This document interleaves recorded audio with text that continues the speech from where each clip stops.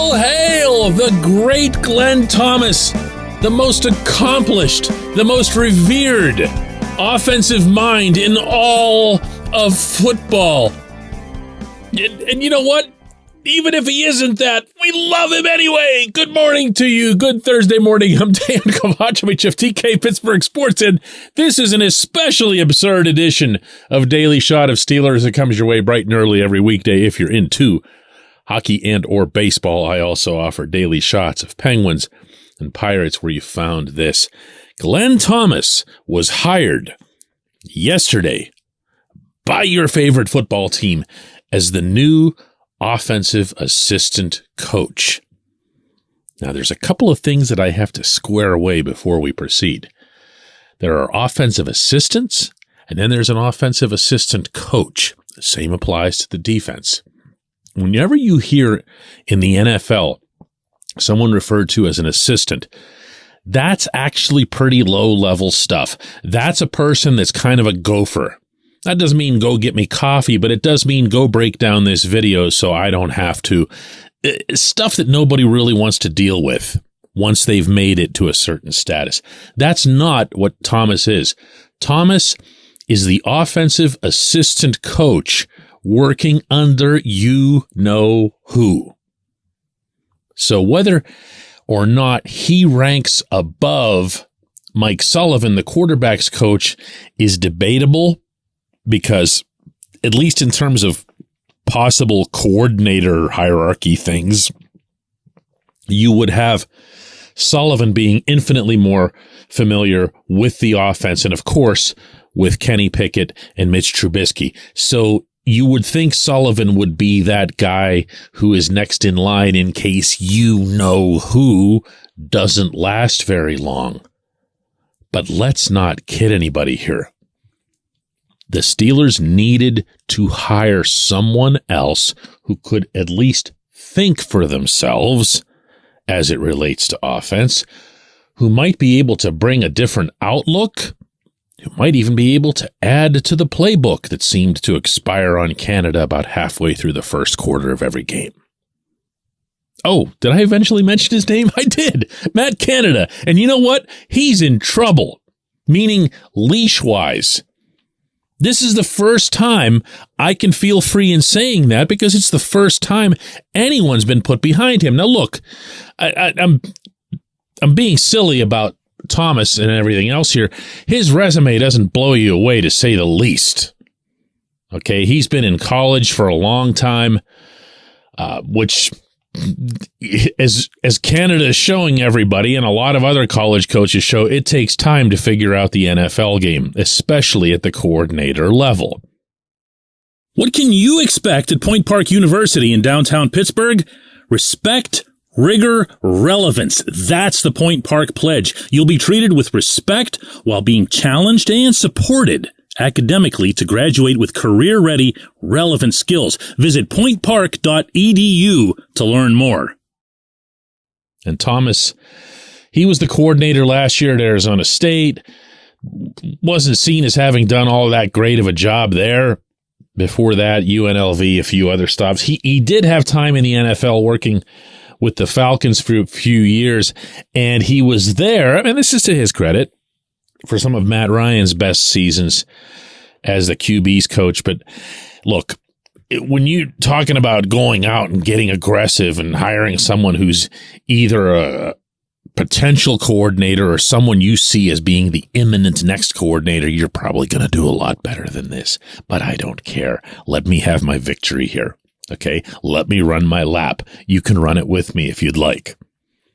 Because this coordinator had no business, Canada, ever being comfortable on the job. Presuming that he was, he certainly put up a great veneer if he wasn't. Because I'd tell you what, after about a month of the offseason going by, and remember that drama back in January as to whether or not Canada was going to stay, and the Steelers actually had to put out some kind of awkward statement to the effect that he was, which seemed strange because he was still under contract. I kind of given up on this. I thought that this was just going to be more Mike Tomlin being stubborn. We picked our guy. We're going to stand by our guy, regardless of the results, regardless of the lukewarm assessments that I've made myself as head coach about this man's performance. I'm just going to stick with him, and we're going to sink or swim with that guy. I at least will applaud this much. I'm not getting, all whatever about this hire, and I'm not going to get all whatever about the possibility that Sullivan could take the job, because honestly, I feel like if Sullivan could have taken the job in 2022, he'd have taken it, meaning they would have pushed him into that role. But I don't know that they see him as a coordinator type. You have to go pretty far back in Sullivan's resume to find actual play calling, which is, what the job is all about. But they at least made an acknowledgement. They at least made the tangible move to support the acknowledgement. And now there's something.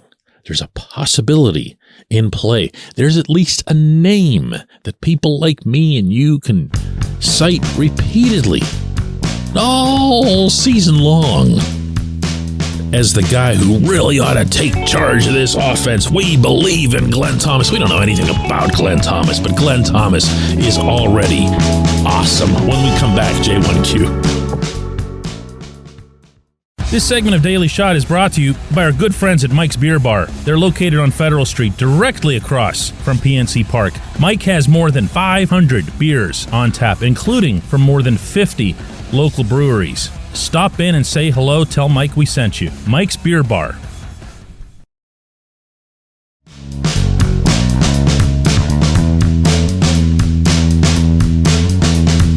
Today's J1Q comes from Mark, who says, with essentially 2 first-rounders, what is the Steelers' strategy in the draft? Is it to package those and move up, or sit tight, take what's available? Well, Mark, they're wide open on a lot of fronts, and I'm always getting a little cringy whenever a couple of the picks are mentioned, but not the third. To me, and you heard this on this program repeatedly, I will say 17, 32, and 49. They have 3 picks in the top 50. There is no reason for Omar Khan, Mike Tomlin, Andy Weidel, and everyone involved to not come away with 3 very, very good players, all of whom, incidentally, can contribute immediately. That is a draft haul unto itself. Now, if you believe what Omar said out in Phoenix at the NFL's annual meeting a few days ago, that the class in general is seen as being very deep. He said that he considers himself very lucky that his first GM overseeing a draft is this deep. There's some kind of selfish considerations to be had there too. You don't want your very first draft to be a bust. You'd like to, have a couple of guys that people will credit you and stick a little bit of a feather in your cap for it. Nothing wrong with that. I really appreciated that admission on his part. But it's got to come true. They've got to get 3 guys.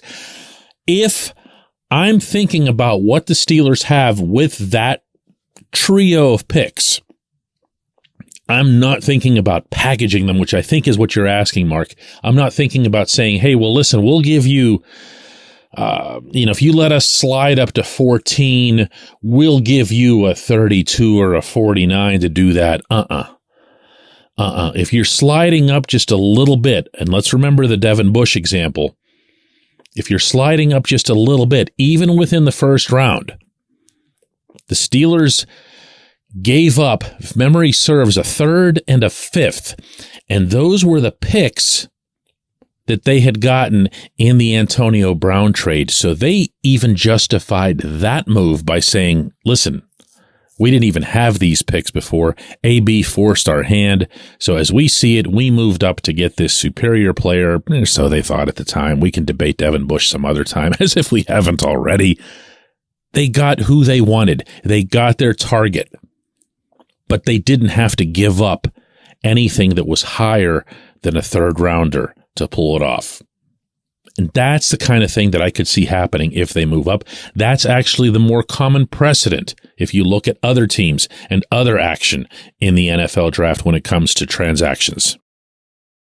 So while I do very much and genuinely see it as a possibility that the Steelers could move up, there's somebody there that they just love. There's a defensive lineman who they can't believe has fallen.